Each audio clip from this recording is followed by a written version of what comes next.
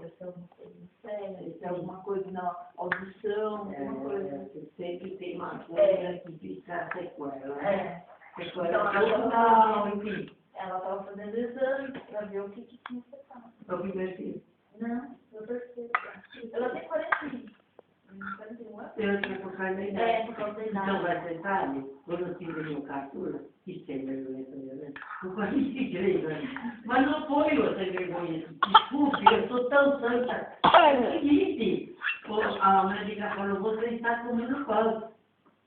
A senhora não vai ficar grávida. Eu estava com, imagina, 42, né? Esse dele 43 anos. Aí começou... Tinha parado totalmente o negócio. Aprendi a bater. Começou a engordar.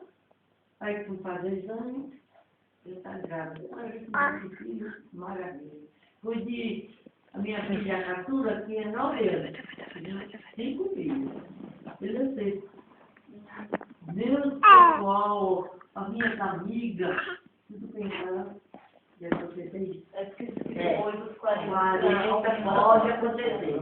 E olha. Então, mas em casa, assim, não é que todos vão acontecer. É aumento.